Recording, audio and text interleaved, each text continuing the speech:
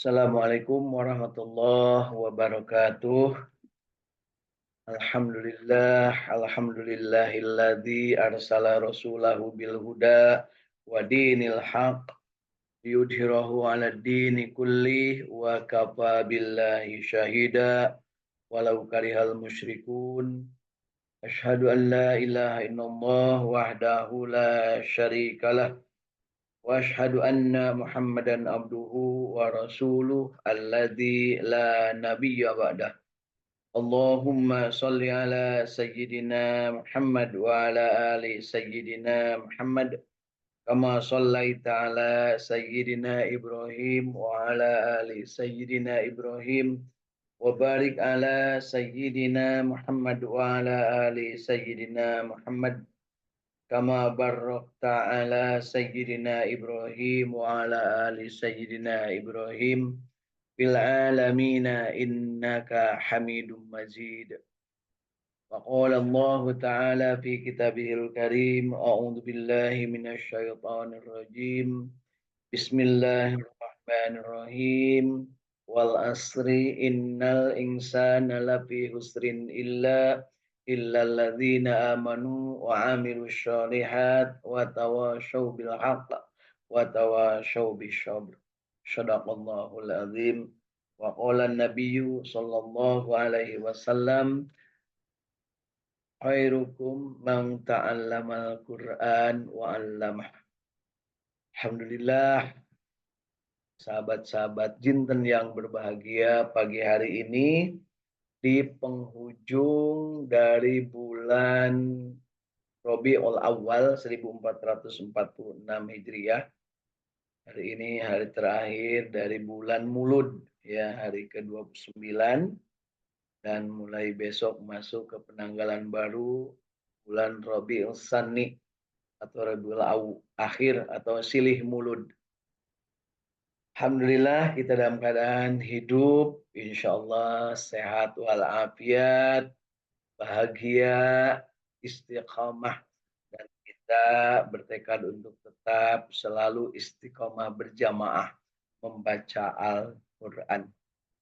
Hari ini dalam keadaan yang segar, sehat, walafiat, diberikan kesempatan oleh Allah Subhanahu wa Ta'ala tentang bagaimana nikmatnya hidup di dunia, bagaimana kita juga mendengar ada ajakan untuk berbuat baik dan kita mengikutinya dengan tulus ikhlas, dan juga kita ingin berkiprah untuk juga berbuat baik dengan tulus, dengan ikhlas tatkala orang lain ada yang di sekitar kita yang bisa kita ajak. Kita juga tentunya rindu untuk mencegah perbuatan kemungkaran, dan juga kita juga rindu untuk mendapatkan teguran ketika kita berbuat mungkar atau membuat sesuatu yang tidak baik. Kita juga berusaha untuk selalu mensucikan jiwa-jiwa kotor kita. Harap Allah Subhanahu wa Ta'ala membimbing kita, memberikan petunjuk kepada kita, memberikan hidayahnya kepada kita, agar kita senantiasa dalam asyiratul mustaqim, kita senantiasa dalam jalan yang lurus, jalan Islam, dan kita ungkapkan dalam qalbu ini dengan lisan kita, buktikan dengan perbuatan, dan juga kita getarkan dengan seluruh panca indera kita. Raditu billahi robba wa bil islami dina wa bi Muhammadin nabiyya wa rasula rabbi zidni ilma warzuqni fahma. Dari pojok saung tahfidz Al-Quran Al-Ikhlas Sukamiskin Arcamani Kota Bandung, saat ini kita juga merindukan untuk senantiasa mendapatkan kabar gembira, basyiron, kebahagiaan yang dijanjikan Allah Subhanahu wa Ta'ala kepada orang yang beriman dan bertakwa, dan juga kita berhindar dari hal-hal yang bersifat ancaman yang berupa siksa Allah Subhanahu wa Ta'ala bagi orang-orang yang kufur, ingkar, dan juga orang yang tidak berada di jalan yang benar. Nadhiran. Kita berharap dengan selalu membahagiakan diri untuk istiqomah berjamaah baca Quran, kita paham ada jalan untuk beramar ma'ruf dan kita mencoba untuk menekuninya. Pasti jalan itu adalah terjal, jalan itu adalah berduri, jalan itu adalah licin, jalan itu adalah juga mungkin akan menimbulkan bahaya secara duniawi, secara nafsu-nafsu manusiawi. Tapi itulah yang kita lakukan, kita konsisten di jalan Allah Subhanahu wa taala, dan kita juga konsisten untuk tetap berada dalam jalan yang benar ini, senantiasa mengajak orang lain. Ud'u ila sabili rabbika bil hikmah wal mau'izatul hasanah. Kita ajak orang lain ke jalan Allah dengan penuh kebijakan, dengan ilmu yang benar, dan dengan contoh teladan kita. Dan mudah-mudahan kita juga diberikan kekuatan untuk senantiasa menghindarkan diri dari hal-hal yang bersifat maksiat, hal-hal yang bersifat kemungkaran, hal-hal yang bersifat larangan ataupun cegahan yang dicontohkan Rasulullah SAW untuk dihindari. Kita juga berupaya semaksimal mungkin membersihkan jiwa-jiwa kotor dalam diri kita.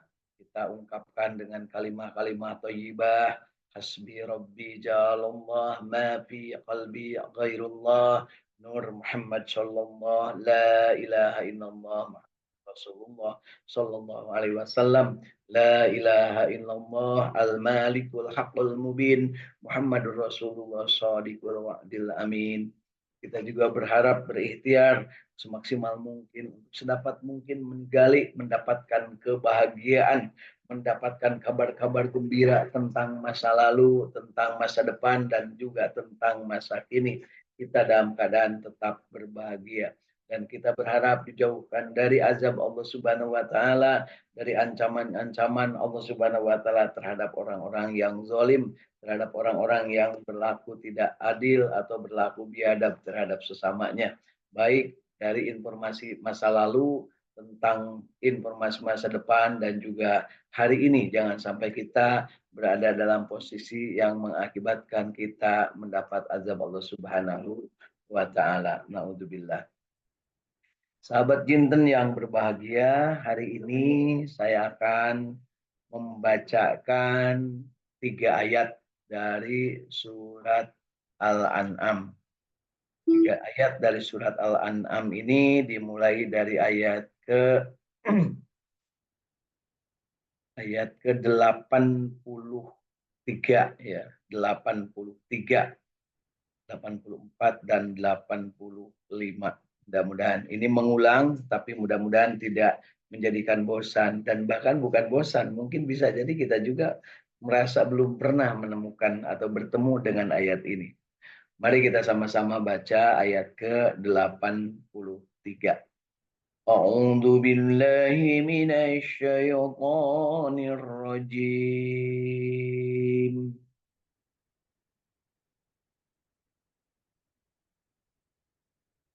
Bismillahirrahmanirrahim.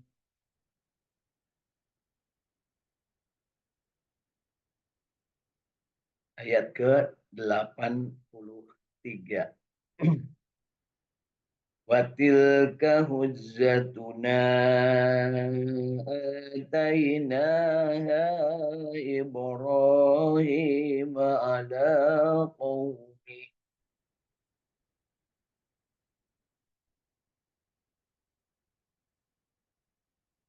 Narfa'u darajatim man nasha'.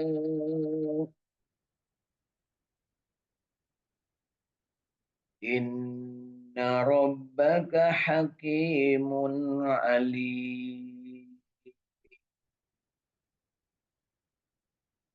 Dan itulah keterangan kami yang kami berikan kepada Nabi Ibrahim untuk menghadapi kaumnya. Kami tinggikan derajat siapa yang kami kehendaki. Sesungguhnya Tuhanmu maha bijaksana dan maha mengetahui. Ini kaitan dengan kisah bagaimana Nabi Ibrahim waktu itu dilecehkan, bahkan dicaci maki, dan akhir-akhirnya divonis untuk dibakar hidup-hidup oleh kaum yang durhaka di bawah kepemimpinan Namrud, ya, laknatullah. Jadi kisah Nabi Ibrahim dari mulai beliau mencari keyakinan dengan pendekatan-pendekatan alam, melihat bintang, beliau menganggap itu sebagai Tuhan, tapi ternyata begitu bilang hilang, beliau bilang, aku tidak suka Tuhan yang hilang. Demikian juga ketika melihat bulan, ya, beliau mengatakan, aku melihat ini lebih besar, mungkin ini Tuhanku. Dan ternyata ketika bulan hilang, kata Nabi Ibrahim, aku tidak suka Tuhan yang bisa menghilang. Kemudian ketika melihat matahari, beliau menyembah atau menganggap matahari sebagai Tuhan, tapi ternyata matahari tenggelam di sore hari, dan beliau memutuskan untuk tidak itu Tuhannya. Tapi jangan lupa, sampai saat ini ada yang menyembah bintang. Mungkin yang sekarang suka dengan horoskop itu ya, yang menjadikan bintangnya sebagai bagian dari getar kolbunya. Waduh, kalau bintang Capricornus, ini banyak hutang, susah dibayar, oh bergetar. Tapi kalau dibilangin bintang Taurus, jondo ada, udah dekat, bakal banyak rezeki, menggembirakan. Itu sudah menuhankan, ya, sesuatu yang menggetarkan kolbu, sesuatu yang menjadikan diri tergoda, menjadi galau gara-gara informasi tentang bintang Anda bulan ini. Ya, Alhamdulillah hari ini sekarang tidak begitu marak ya. Kalau dulu bintangku bintangmu ini di setiap kesempatan selalu ada. Bahkan di bros-bros para gadis-gadis belia gitu, atau mungkin di pinnya para pemuda-pemuda itu selalu ada bintang-bintang ya, ada Libra, ada Leo, ada Capricornus, ada Sagittarius, bahkan kaos-kaos dan kumpulan orang-orang ya, grup-grup berdasarkan bintang. Naudzubillah, mudah-mudahan kita tidak termasuk yang mengulang. Kalaupun dulu pernah menjadi pengagum dari salah satu majalah ataupun salah satu informasi tentang horoskop, tentang perbintangan, ya, nasib Anda, asmara Anda, rezeki Anda. Nah, kemudian juga ada tentang yang menyembah bulan. Nah, menyembah bulan artinya menganggap bulan itu sebagai sesuatu yang istimewa, sesuatu yang patut untuk dipertuhankan. Nah, kemudian ada juga yang menyembah matahari, dan yang menyembah matahari ini sampai sekarang masih ada ya, yang menyembah matahari tiap pagi menghadap timur, menghormat ya. Nah, bisa jadi mereka-mereka itu pada saat Nabi Ibrahim berada, mereka, maksudnya moyang-moyang mereka, melihat Nabi Ibrahim sedang mempertuhankan, atau Nabi Ibrahim sedang menyembah bulan, atau Nabi Ibrahim sedang menghormat bulan, sedang menghormat bintang, sedang menghormat matahari. Nah, ketika Nabi Ibrahim pergi, dia tetap melakukan hal yang sama dan tidak mau mendengar informasi dari anak cucunya Nabi Ibrahim, ya, bahwa bintang itu bukan Tuhan, bulan itu bukan Tuhan, matahari juga bukan Tuhan. Tuhan itu hanya Allah Subhanahu wa ta'ala. La ilaha illallah Muhammadur Rasulullah. Tuhan itu hanya Allah, dan Nabi itu yang terakhir adalah Nabi Muhammad. Nah, banyak yang tetap menganggap Allah sebagai Tuhan, tetapi gagal untuk memahami bahwa Nabi Muhammad sebagai Rasul. Itulah yang sampai sekarang dikenal dengan istilah kaum-kaum Maghdub dan Dolin. Kaum Yahudi dan Nasrani, mereka gagal memahami, gagal paham bahwa Nabi Muhammad SAW adalah Nabi dan Rasul terakhir. Bahkan mereka juga ada gagal paham tentang nabinya. Mereka menganggap Uzair sebagai anak Tuhan, dan mereka menganggap juga Nabi Isa sebagai anak Tuhan. Itu adalah gagal paham. Artinya apa? Mereka tidak mengerti bahwa sebenarnya Allah Subhanahu wa taala menskenariokan bahwa Nabi Isa itu bukan anak Tuhan, Uzair juga bukan anak Tuhan. Ya, itulah yang diluruskan oleh Al-Qur'anul Karim. Pelurusan Al-Qur'an bisa jadi ada yang berhasil sehingga mereka ada yang kemudian berikrar dua kalimat syahadah, asyhadu an la ilaha illallah wa asyhadu anna Muhammadar Rasulullah. Dan itu kecenderungannya makin hari makin banyak. Alhamdulillah hari-hari ini kita dengar di belahan bumi Eropa makin banyak orang yang memeluk agama Islam. Demikian juga di Amerika dan di belahan Kanada. Konon kabarnya begitu menurut informasi. Nah, kita yang saat ini berada di bumi Indonesia dan juga sudah memeluk agama Islam, mari kita kuatkan, kita tekadkan dalam diri kita bahwa di sini Allah Subhanahu wa taala menegaskan dan itulah keterangan kami yang kami berikan kepada Nabi Ibrahim untuk menghadapi kaumnya. Jadi menghadapi kaumnya itu Nabi Ibrahim diberi bekal untuk bersabar, kemudian selalu berserah diri kepada Allah Subhanahu wa taala. Hasbiyallah wa ni'mal wakil. Menempatkan Allah satu-satunya yang akan menjadi penolong. Kita perlu belajar dari Nabi Ibrahim ini dan kita perlu tanya kepada diri kita, benarkah saat ini kita menempatkan Allah sebagai satu-satunya penolong? Apakah kita bergetar kolbu kalau diancam orang lain untuk tidak naik pangkat padahal kita menjalankan syariat agama? Apakah kita bergetar kolbu sehingga kita menjadi penakut ketika orang lain mengancam dengan tidak diberi sembako, dengan tidak diberi jabatan, dengan tidak diberi posisi, dengan dikucilkan hanya karena kita menjalankan syariat dengan benar? Masya Allah. Kalau seandainya ada, berarti kita perlu belajar dari Nabi Ibrahim alaihis salam. Kalaupun harus kehilangan segalanya, termasuk beliau kehilangan nyawanya untuk dibakar ya di dalam api, maka Nabi Ibrahim mengucapkan hasbiyallah wa ni'mal wakil. Dan dengan kata-kata itu dari dalam qalbu yang terdalam dengan penuh keikhlasan, maka Nabi Ibrahim selamat ya dan menjadikannya keluar dari api dalam keadaan yang segar bugar. Ya, kenapa begitu? Karena api itu panas, karena Allah menjadikannya panas. Tetapi kalau Allah menjadikannya api itu dingin, maka kata Allah, hei api, hei api, dinginlah dan selamatkanlah Ibrahim. Ya, ya naro, ya, hei api, ya bardan wasalaman ala Ibrahim. Nah, dinginlah dan selamatkanlah Ibrahim. Jadi Nabi Ibrahim itu di dalam api, di dalam bara api, di dalam apa namanya api unggun yang demikian besar, ibarat masuk ke ruang AC. Ya, bisa kita bayangkan ya. Kemudian keluar dalam keadaan selamat. Sementara yang lain sudah menjadikannya ada yang bersyukur, kan bersyukur, ada yang berpesta pora sehingga mereka apa namanya merasa bahwa sudah berhasil bunuh Ibrahim, memasukkannya ke dalam api yang menyala-nyala di bawah komandan Raja Namrud. Tapi ada juga yang sedih, dan yang sedih itu adalah Siti Sarah yang saat itu belum menjadi istri Nabi Ibrahim. Dia menunggui itu yang namanya api, menunggui Ibrahim yang masuk ke dalam api itu karena beliau jatuh cinta kepada Ibrahim. Dan ternyata ketika api itu sudah berakhir, Nabi Ibrahim keluar dalam keadaan yang segar bugar dan Siti Sarah waktu itu meminta untuk dinikahi dan akhirnya menikahlah Nabi Ibrahim dengan Siti Sarah.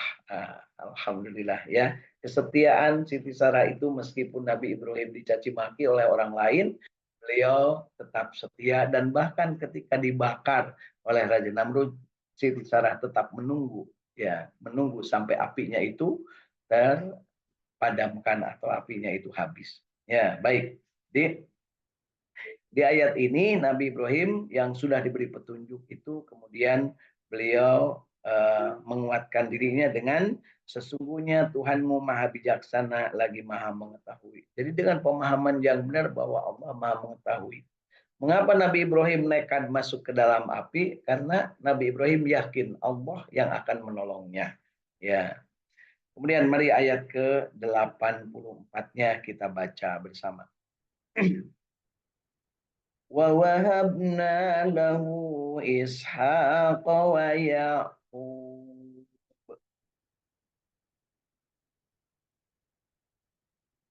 كلا هدينا ونوحا هدينا من قبل ومن ذريته داود وسليمان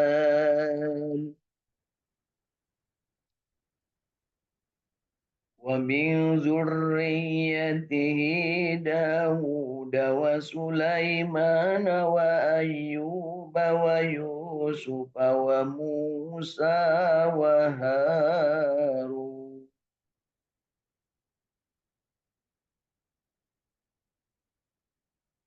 وكذلك نجزي المحسنين وزكريا ويحيى وعيسى وإلياس كل من الصالحين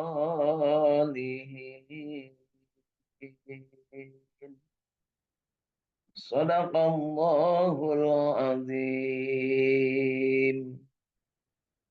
Alhamdulillah, ayat ke-84 dan 85 sudah kita baca. Mudah-mudahan bacaan kita yang benarnya diterima Allah Subhanahu wa taala dan bacaan kita yang kelirunya diampuni oleh Allah Subhanahu wa taala. Mari kita lihat terjemah tafsir dari ayat ke-84. Dan kami telah menganugerahkan Ishak dan Yakub kepadanya. Kepada masing-masing telah kami beri petunjuk.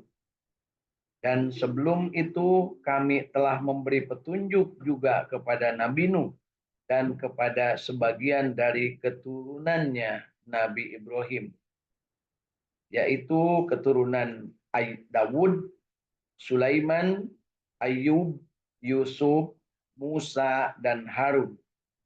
Dan demikianlah kami memberi balasan kepada orang-orang yang berbuat baik.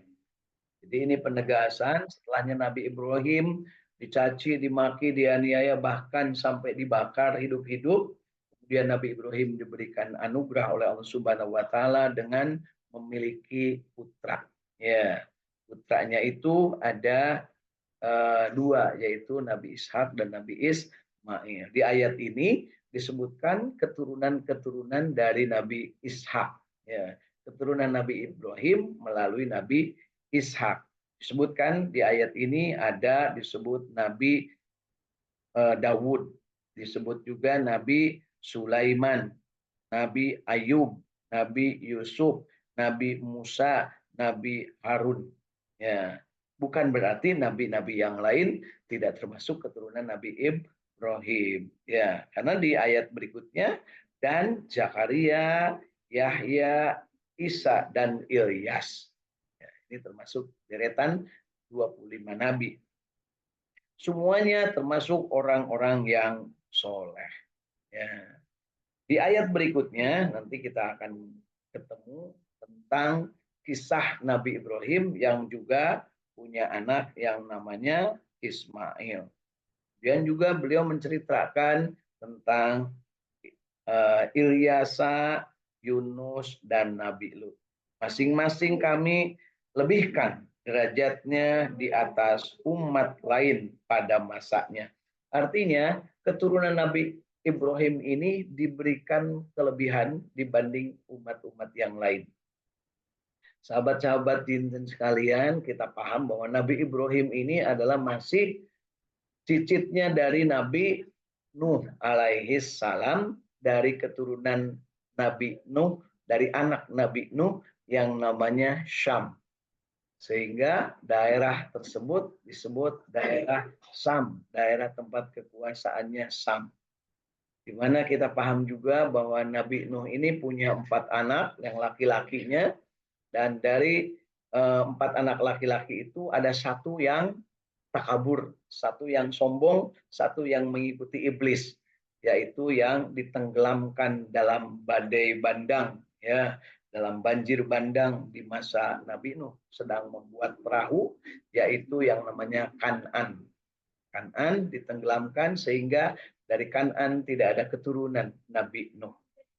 Kemudian Nabi Nuh punya anak Yang tiganya, yang pertama adalah Ham, yang menurunkan suku-suku atau bangsa-bangsa yang berkulit agak matang, ya, daerah Afrika yang melahirkan para raja-raja. Ya, di antaranya adalah Firaun, dan konon kabarnya Namrud pun termasuk juga kaum-kaum yang lain yang menjadi penguasa di muka bumi adalah keturunan dari Ham. Kemudian yang kedua, keturunan dari Yafid, yang menurunkan bangsa-bangsa di belahan timur, Mongol, Cina, dan belahan timur dari bumi ini, yang menguasai juga dalam bentuk kerajaan-kerajaan dan keilmuan-keilmuan, kedikjayaan-kedikjayaan di belahan timur. Kemudian ada satu anaknya lagi yang namanya Sam, yang dari Sam inilah yang berada di daerah Timur Tengah, ya, yang kemudian dari Sam ini lahirlah cicitnya yang namanya Nabi Ibrahim alaihis salam. Wahai daerah Irak, Iran, sampai sekarang mungkin yang disebut Palestina, daerah-daerah Turki. Nah, itu masih keturunan dari Syam. Dan Nabi Ibrahim sendiri adalah sebagai salah seorang cicit dari Syam. Kemudian Nabi Ibrahim ini punya anak dari keturunannya dari Siti Sarah, dari istrinya Siti Sarah, yang mana Siti Sarah ini masih keturunan Sam juga, dan melahirkan anak yang namanya Ishak. Dari Ishak kemudian ada anaknya lagi yang namanya Yakub. Nah, Nabi Yakub inilah yang dikenal dengan nama julukan Israel. Jadi Nabi Yakub ini Israel. Nah, anak cucu Nabi Yakub menamakan dirinya sebagai Bani Israel. Sampai sekarang Bani Israel ini masih tetap ada. Mereka kemudian menjadikan dirinya merasa lebih dari yang lain. Berdasarkan ayat ini, bahwa anak cucu Nabi Ibrahim itu dilebihkan dari yang lain. Pengakuan mereka tidak salah, tetapi yang mereka lakukan adalah berlebihan.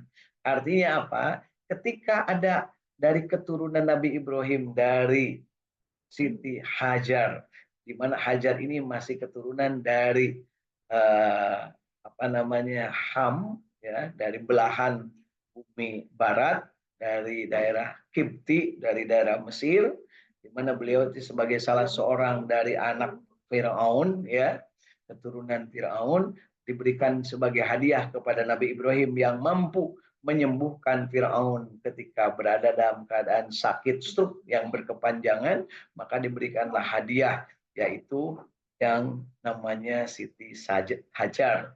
Kenapa diberikan hadiah? Kenapa stroke? Nah, kita paham bahwa Firaun ini menginginkan merebut istrinya Nabi Ibrahim, yaitu Siti Sarah, ketika beliau berada di istana Mesir. Dan ketika keinginan itu tidak tersampaikan, keinginan itu tidak terlaksana, syahwat yang demikian menggebu-gebu kepada Siti Sarah yang cantik jelita, akhirnya si laki-laki yang namanya Fir'aun laknatullah itu akhirnya stroke. Dan stroke-nya itu berkepanjangan, tidak ada yang mampu menyembuhkan. Dan ternyata waktu itu Nabi Ibrahim sebagai tukang kebun di istana, karena mengaku sebagai saudaranya Siti Sarah, maka Siti Sarah diambil akan dijadikan istri, dan saudaranya Siti Sarah dijadikan orang istana. Nah, di negeri kita banyak ditiru nih. Kalau ada anaknya dijadikan apa namanya istri raja atau mungkin istri anak raja, maka keluarganya itu ikut nebeng. Ya. Jelas sekarang ikut nebeng ke bawah ke istana, ya. Jadi Nabi Ibrahim kersaning Allah diskenariokan nebeng kepada Siti Sarah, ya. Kalau saja Nabi Ibrahim waktu bertemu dengan penggawa-penggawa Firaun, dengan antek-antek Firaun itu mengaku sebagai suaminya Siti Sarah, maka pasti dibunuh oleh mereka. Karena apa? Si Firaunnya menginginkan Sarah, dan berarti kalau punya suami, suaminya harus dibunuh. Ini enggak. Nabi Ibrahim mengaku sebagai saudaranya Sarah. Nah, maka sebagai saudara, maka diangkatlah menjadi kepala departemen taman istana. Nah, gitu ya. Kalau sekarang mungkin bagian departemen pertamanan, jadi ya menteri pertamanan istana Firaun. Sementara Siti Sarah dimasukkan ke istana dan akan dijadikan istri oleh Firaun. Kersaning Allah dengan kuasa kodrat Allah Subhanahu wa taala, Nabi Ibrahim ini punya kemampuan luar biasa, mampu mensolusi berbagai penyakit-penyakit yang diderita oleh para tukang-tukang kebun, para penggawa, para jongos-jongos istana. Ya. Sementara Siti Sarah di dalam istana bersenang-senang, dan ketika di dalam istana Siti Sarah diberikan pembantu yang tukang ngambilin bedaknya, tukang ngambilin alat-alat kecantikannya, tukang memasakkan masakannya, termasuk tukang lulurnya. Nah, tukang lulur Siti Sarah itu namanya Hajar, ya, anak dari salah satu selir Firaun yang tetap tinggal di istana dan disuruh membantu Siti Sarah. Ya. Akhirnya singkat cerita, begitu keinginan tidak terlaksana, nafsu besar tenaga kurang, ambek nyedak tenaga midak, tungtungna Fir'aun ngayak-yak. Nah, ngayak-yak itu bahasa kerennya stroke. Ya, stroke, lumpuh. Nah, lumpuh. Dia tetap ingat, tetap eling, tetapi badan tak berdaya. Itulah akibat nafsu besar tenaga kurang. Ya, hari umur tunggang gunung, angen-angen pecat sawan. Umur sudah tuwir, keinginan masih remaja. Akhirnya ya itulah stroke.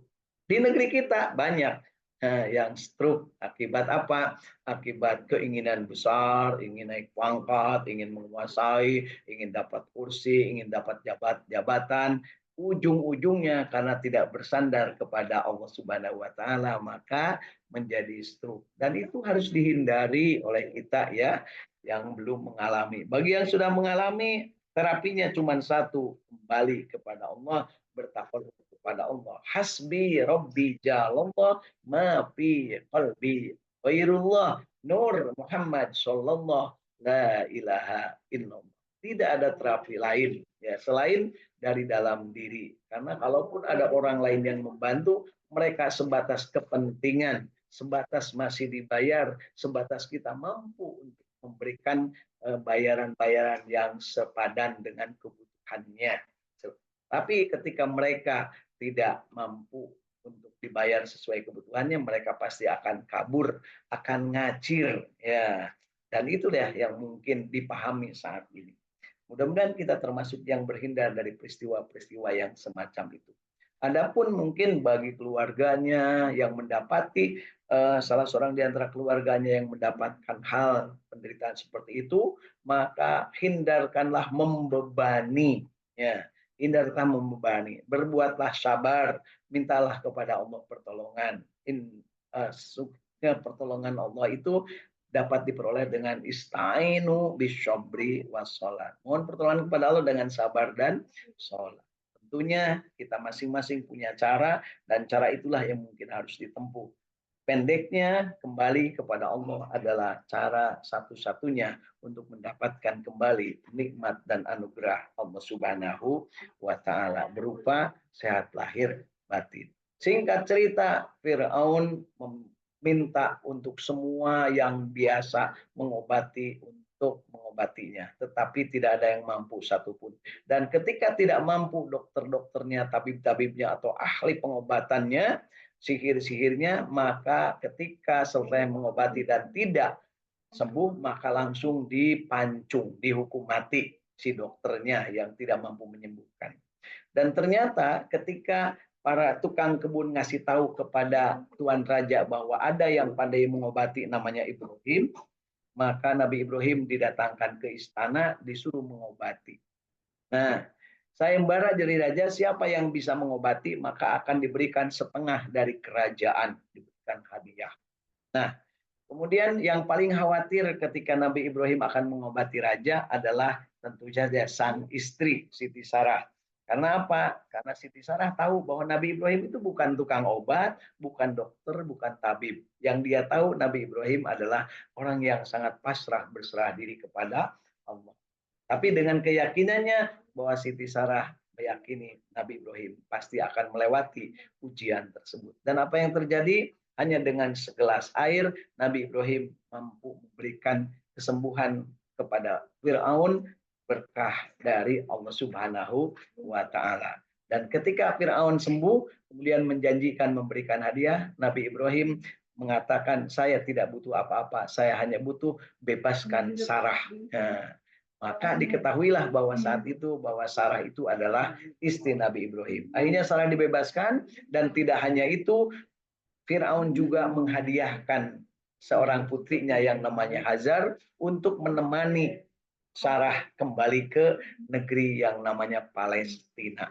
Jadi kembalilah Nabi Ibrahim, berangkatnya berdua dengan Siti Sarah, pulangnya bertiga ditambah Siti Hajar. Itulah kisah Nabi Ibrahim. Dan dari Siti Hajar lahirlah putra namanya Ismail. Kemudian dari Nabi Ismail tidak lahir para nabi dan rasul, melainkan hanya satu, yaitu Nabi Muhammad Shallallahu Alaihi Wasallam. Dan sampai sekarang tidak ada dikenal istilah Bani Ismail. Sementara dari Siti Sarah lahir anak yang namanya Ishak, dan dari Ishak lahir Yakub, dan dari Yakub inilah turun temurun banyak sekali dari 12 anaknya Nabi Yakub, ya.